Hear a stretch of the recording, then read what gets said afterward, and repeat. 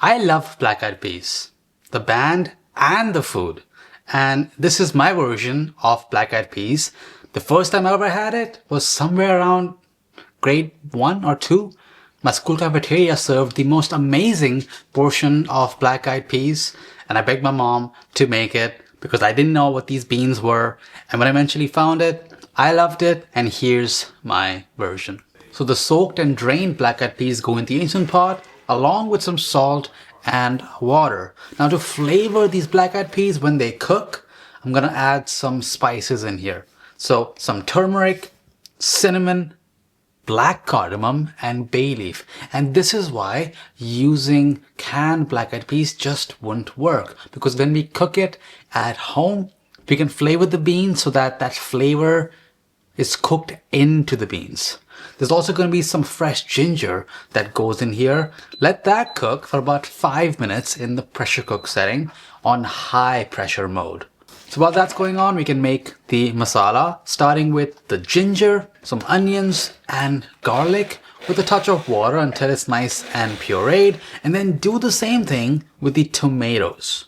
So now get a pan or a wok, get that warm, add some olive oil. You can use ghee, but that of course will not make it vegan anymore, but pick what you want. And once that oil is hot, then add in some cumin seeds and some hing, and then toast this until it's fragrant and the cumin seeds have become light reddish brown.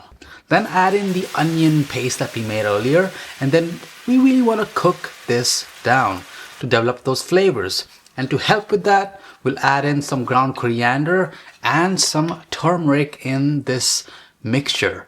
When this mixture is ready, it should be light and fluffy with some oil releasing from the sides. Then add in the pureed tomatoes along with the red chili powder.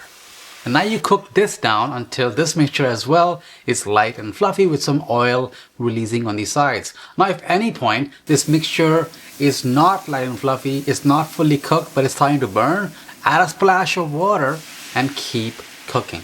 When it's ready though, it should look a bit like this. This helps to intensify all the flavors we are building for this dish.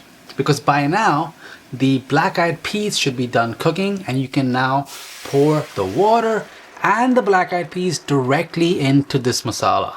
We'll finish this now with some dried mango powder and garam masala.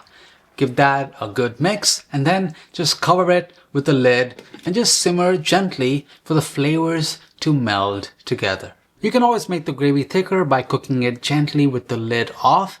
And when it's ready, taste it for seasoning and it's ready to serve.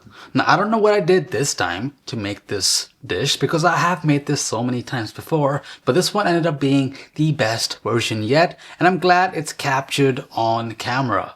This is amazing with rice, amazing with breads, and it's very light and healthy at the same time. And if you want to make this all in the Instant Pot, you want to save on doing too many dishes, then check out that version down below. I'll see you all in the next one.